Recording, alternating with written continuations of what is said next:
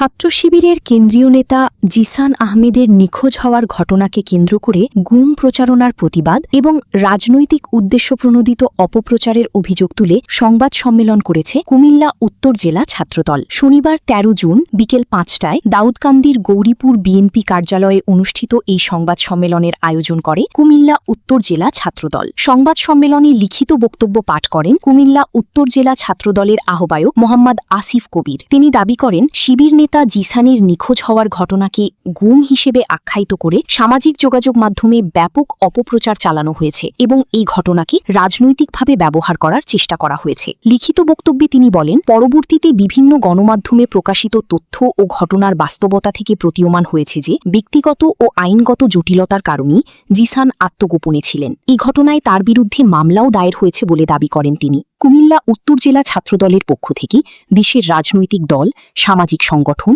ও সাধারণ নাগরিকদের প্রতি যে কোনো বিষয়ে মন্তব্য বা অবস্থান নেওয়ার আগে তথ্য প্রমাণ যাচাই করার আহ্বান জানানো হয়। কেন্দ্রীয় নেতা জিসানের নিখোঁজ হওয়ার খবর প্রকাশের পর জামায়াত শিবিরের শীর্ষ নেতৃবৃন্দ ও তাদের সমর্থকরা সামাজিক যোগাযোগ মাধ্যমে ব্যাপক প্রচারণা চালিয়েছিলেন।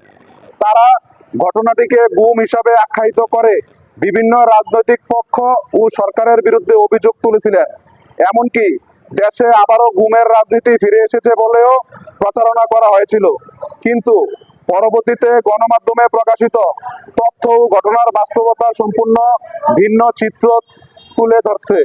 বিভিন্ন সংবাদ মাধ্যমে উঠে এসেছে যে ব্যক্তিগত ও আইনগত জটিলতার কারণে তিনি আত্মগোপনে ছিলেন বলে অভিযোগ রয়েছে এবং এ বিষয়ে মামলাও হয়েছে। কিন্তু শিবির নেতা উদ্ধার হওয়ার পর গণমাধ্যমে তথ্য সামনে এসেছে জিসান এক বিধবা নারীর সঙ্গে অনৈতিক সম্পর্ক স্থাপনের ও তাকে গর্ভবতী করে পরবর্তীতে ভ্রূণ নষ্টের চেষ্টা এবং বিয়ের প্রতিশ্রুতি দিয়েও বিয়ের আগের রাতে আত্মগোপনে চলে যায় ও তার নামে মামলা হয়। অথচ যাচাই বাছাই না করে সরকারের উপর দায় দেওয়া শুরু হয়েছিল। অতীতেও জামাত শিবিরের চরিত্র এমনই। এ ঘটনা ভবিষ্যতের জন্য সাইনমার্ক। আবারও প্রমাণিত হলো, জুলাই আগস্ট পরবর্তী সময়ে দেশের রাজনৈতিক অঙ্গনে সবচেয়ে বেশি অপপ্রচার, গুজব ও বিভ্রান্তিকর তথ্য ছড়ানো হয়েছে জামায়াতের আমির, ছাত্র শিবিরের নেতাকর্মী এবং শিবির নিয়ন্ত্রিত বট ও ফেক আইডিগুলো থেকে পরিকল্পিতভাবে মিথ্যা তথ্য প্রচার করে জনমনে বিভ্রান্তি সৃষ্টি ও রাজনৈতিক অস্থিরতা তৈরির অপচেষ্টা বারবার স্পষ্ট হয়ে উঠেছে। আমরা মনে করি, কোনো ঘটনার প্রকৃত সত্য উদ্ঘাটনের আগে রাজনৈতিক উদ্দেশ্য অপপ্রচার চালানো দায়িত্বশীল আচরণ নয়। একটি বিষয় যাচাই বাছাই ছাড়া গুম বলে প্রচার করা জনমনে বিভ্রান্তি সৃষ্টি করে এবং প্রকৃত মানবাধিকার ইস্যুগুলোকেও প্রশ্নবিদ্ধ করে।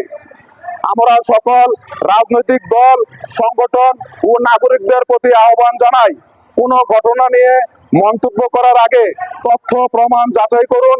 গুজব, অপপ্রচার ও রাজনৈতিক ফায়দা হাসিলের সংস্কৃতি থেকে বেরিয়ে এসে সত্য ও ন্যায়ের পক্ষে অবস্থান নেয় আমাদের সবার দায়িত্ব। ধর্মীয় ও রাজনৈতিক লেবাস গায়ে দিয়ে যারা নারী নির্যাতন, ধর্ষণ এবং হত্যা, হুমকির মতো জঘন্য অপরাধের সাথে জড়িত, সমাজে তাদের কোনো স্থান নেই। গতকালকে যে ঘটনাটিকে গুম বলে চালিয়ে দেওয়ার চেষ্টা করা হয়েছিল তা আসলে এক বিধবা নারীকে নির্যাতন ও ব্ল্যাকমেল করে আত্মগোপনে থাকা নাটক ছিল। অবিলম্বে অপরাধী জিসানকে গ্রেফতার করে বিচারের মুখোমুখি করার জন্য প্রশাসনের প্রতি জোর দাবি জানাচ্ছিল। এই ঘটনার সাথে কারা জড়িত বা কি আছে বিষয়, সেই বিষয়ে আমরা জানার জন্য অধিক আগ্রহী ছিলাম। কিন্তু পরিশেষে আমরা বুঝতে পারি সে আসলে একটি বিধবা নারীর সাথে তার একটি সম্পর্ক রয়েছে এবং সে একটি বাচ্চাও নষ্ট করেছে। সে বিষয়ে তার বিয়ের কথা ছিল 12 তারিখে, সেই কারণে সে 11 তারিখে সে আত্মগোপনে চলে যায়।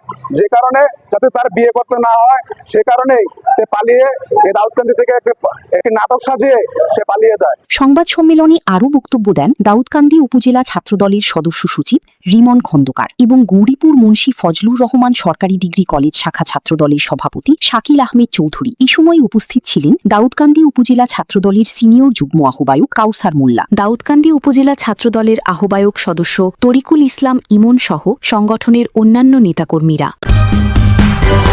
সূচনা community.tv বিনোদনের পাশাপাশি খবর।